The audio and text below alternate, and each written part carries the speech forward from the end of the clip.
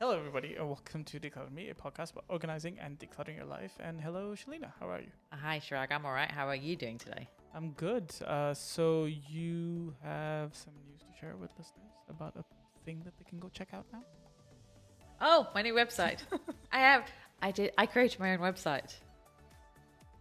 Me. I'm not even creative. Don't make a face like that. This is amazing. I actually sat. Okay, you told me to do this, but I actually sat. That was not the point I was trying to get. I was just trying to understand what you were trying to communicate No. here. So I've been, we talk about procrastinating and like how everybody procrastinates, decluttering and organizing. I'm a queen of procrastinating when it comes to doing anything creative and slightly technical, even though I am tech savvy. So I have been procrastinating about redoing my website for, a year? Sure, if you want to call like 3 years a year, yeah, we can talk about that. It's not been 3 years. Okay, maybe it has. It has. So I've really, I have so much content and I was finding it really cluttery. So I decided to create a new one, declutter. Yeah, and I think it was one of those things where like it is just like of course that website had been designed many years ago, so that was part of that as well. Yeah. It was running on some old systems, so there was a bit of a problem there every now and then. Every now and then it was like okay, every now and then, yeah, maybe not every week, but as you mentioned as well, like it was also like there's just so much content. We've done so many episodes of the podcast alone. You have other blogs and other content and everything, so it was time to just kind of do a little cleanup, go through everything, make sure we made it leaner and cleaner, and of course it's running on a new, so brand spanking new website now. Yeah, same address as before, declutterme.com. Yes. So that's decluttrme.com. If you want to go check it out, there's links in show notes, of course. So you can still get a hold of Shelina that way. Yes, you can find all the episodes of the show that way, as well as everything that she does. You can. And most of the stuff is all on one page now, because that's how much decluttering I did.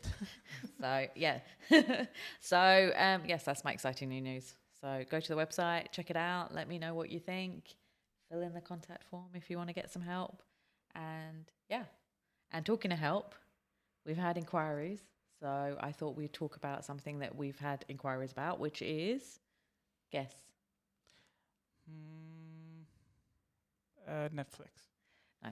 We're going to talk about wallets and purses today because people have been asking about that. And I also get that asked a lot when we go to, talks. Like I like to ask people to take their handbags out and their wallets and their purses to see how much clutter is inside.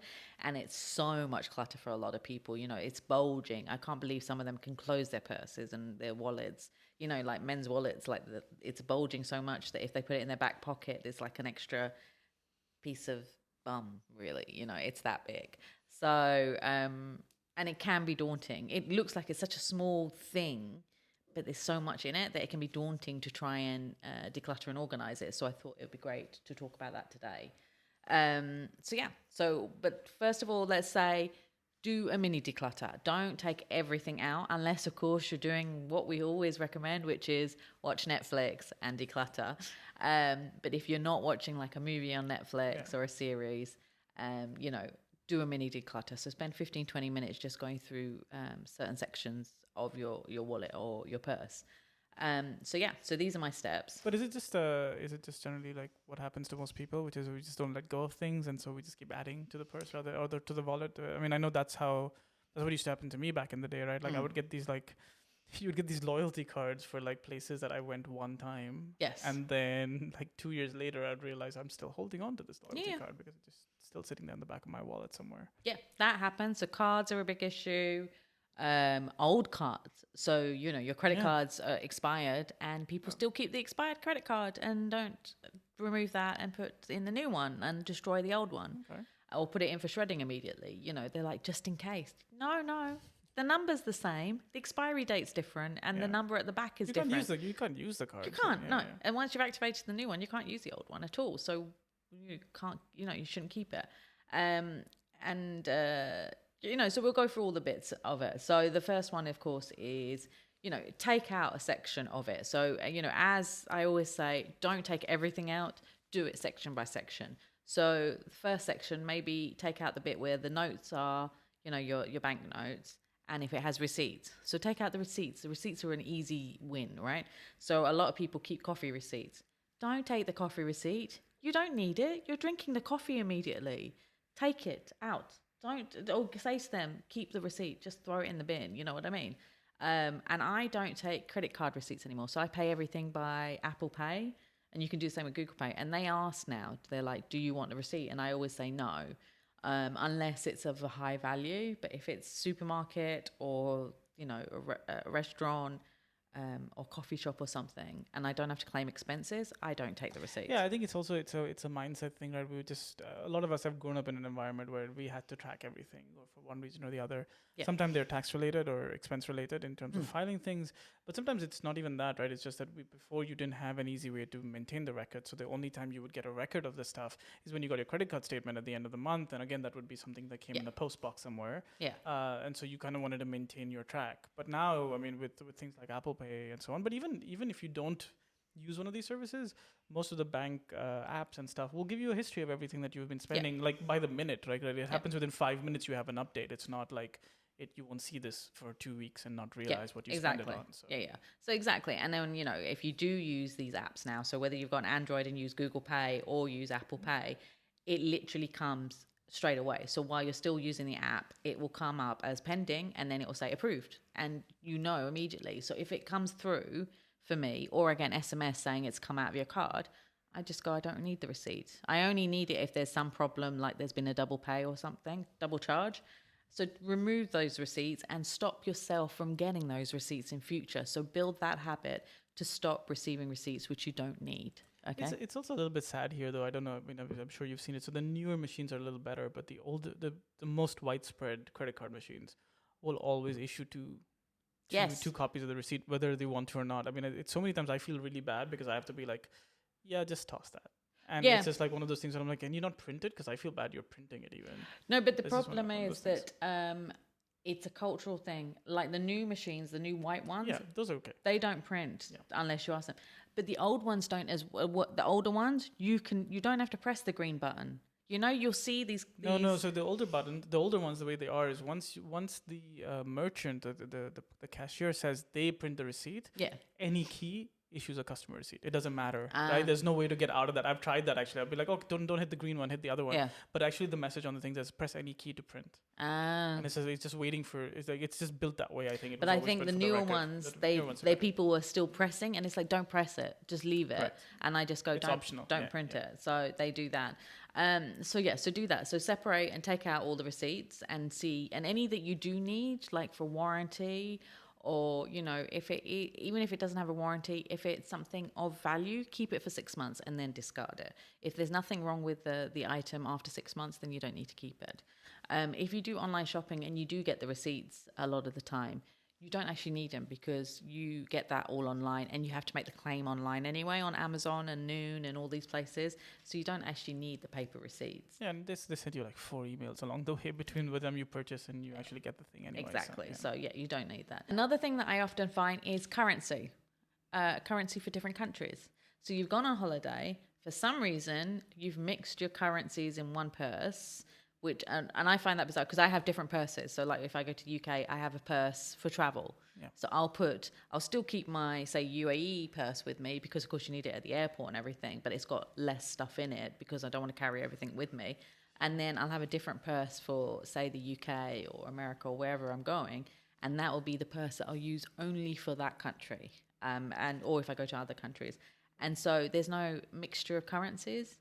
But a lot of people do that they'll mix the currencies, and then you end up getting coins and notes and finding them in your purse like months later. So go in, get the money out and separate the currency. And everything that's a currency that you don't have a lot of and don't use often, put it in a Ziploc bag, collect all the coins, you know, from random places that you've been on holiday. And then when you next go, inshallah, on holiday to the airport, and if you fly on Emirates or any of them, you can give the money to the, so Emirates, they have the Emirates Foundation, so you can give the coins to them. In the UK, British Airways and the airport authorities collect the money.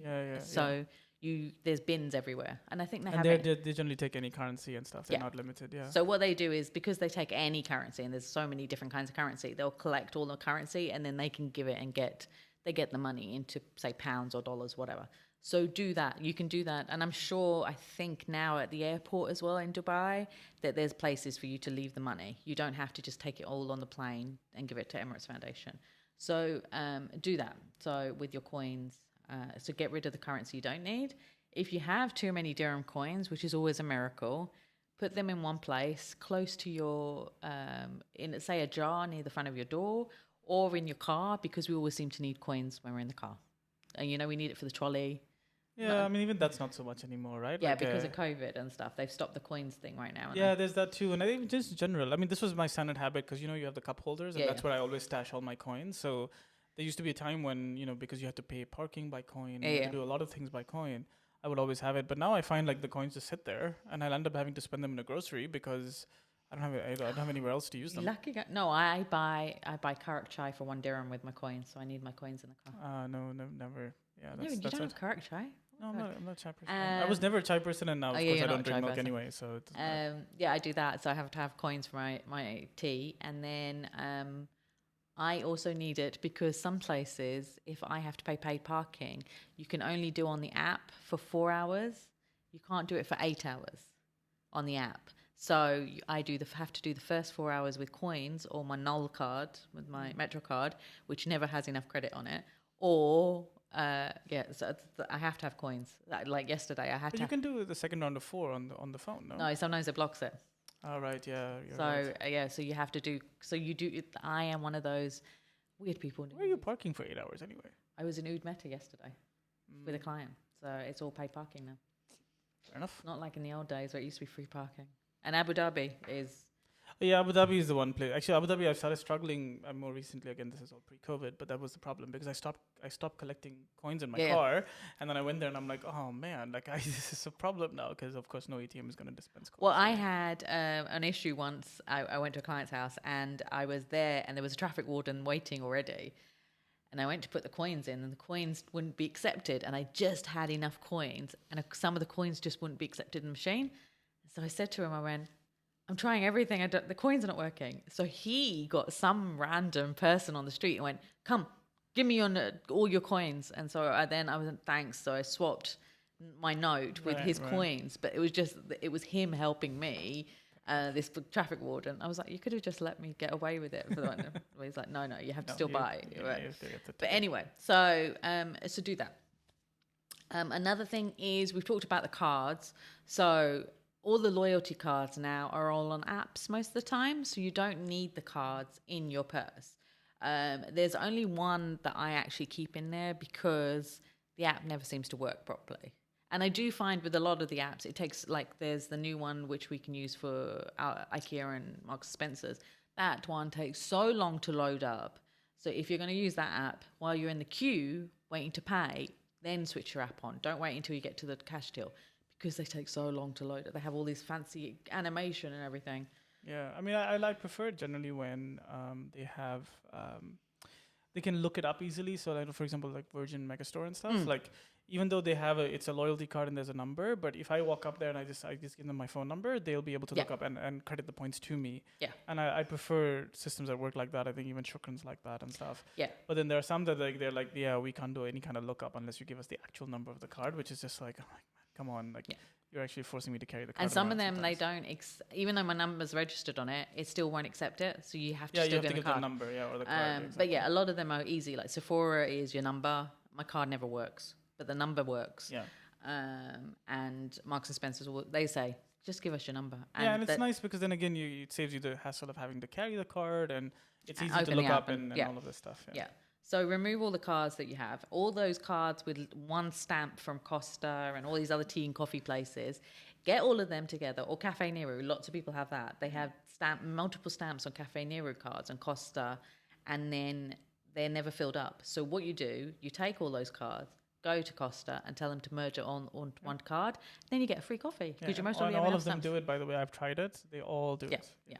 So do that. So you merge everything together and you get one card or one free coffee, and then don't take those cards anymore.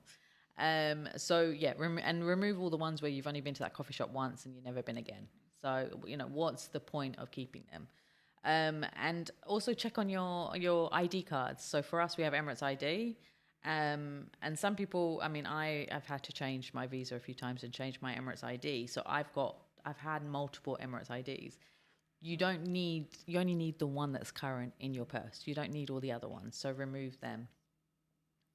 And the final thing is to look at all the gift cards you might get. So see if you have gift cards in your bedroom or in your kitchen and your junk drawer, check them and take them all out and then put them in your purse and go to the store and check the value. But put the cards in the front where near your credit card so you remember to check on them, because I've had that I have forgotten to look at a gift card because it was hidden in another pocket. And then it expired. They said you can't use that card anymore, even though usually gift cards last forever. Time, yeah. But sometimes they don't, and they will just say, look, you can't use it now because it's expired. So why lose money on which you could use? Hopefully not to buy clutter, but So check on them. Another thing is business cards. So people keep business cards. I have a business cards wallet, and admittedly, I don't check it all the time nowadays because I don't take business cards from people generally. I'll just say to them to add me on LinkedIn. But if you do take business cards, go through them and do the ABC, which we've talked about before on a podcast about how to organise a business cards. So A is to put on your phone, B is just to add onto LinkedIn, and C is you never want to contact them ever. Remove them out of your life. So and do that. And that's it really. And then mostly, download apps so you have, for your banking and for your cards, your loyalty cards. Don't carry that much cash because you can pay everything on cards or on Apple Pay now. And especially with COVID. I mean, that's accelerated anyway. So now even places that weren't accepting it are accepting it and are pushing for it. So might as well, yeah. And I mean, even for me with my clients, I'm asking them to do me bank transfers instead of giving me cash. And it's better because then I don't have to handle cash. I don't have to handle going to the ATM to deposit the cash. It's just better in various ways. And it's easier and safer. And plus you've got a record then of your transactions because you're using your debit or your credit card on Apple Pay. And if you don't know how to use them, if you go to the store, they'll be able to guide you on how to use it. Or if you see me, just ask me because I'm really savvy on and most using. of the banks now, most of the major banks are on it as well. So it's not hard anymore to be able to do that. And but even otherwise, I mean, let's say a bank that you have and you have to carry one card, but you don't have to carry all the rest of them. And so there's enough options now. I think. I mean, over the years, I found myself like my wallet has just been diminishing in size to the point where I just practically don't carry a wallet anymore because everything's on my phone and it's anyway a lot safer than anything else. Yeah. So, and also, and we've talked about the foreign currency and stuff, but also don't keep the credit cards and all the other cards for another country. So if your home country, say my home country is the UK, I have my other purse, which has those cards. It has the loyalty cards and whatever, and credit cards and stuff in that purse. Yeah, it's with my travel kit. Yeah, exactly. So don't carry it around in whichever country you are in if it's not the country of origin, you don't need to carry them cards. But reduce the amount coming into the wallet now and into your purse. You don't need that much stuff. And if you have too much, check why you do and clear it every month or so. So that's my top tips for today. Awesome. So as always, as we mentioned, you can contact Shelina on Decluttr Me through social media. So that's at Decluttr Me. That's DCLUTTRME. As you mentioned at the start of this episode, you can also fill out a little nice spanking new contact form on a very, very, very new website. Also at declutterme.com. You can also find all the episodes of the show if you go to declutterme.com/podcast, which is fabulous. And we'll see you guys next week. Okay. Bye. Bye.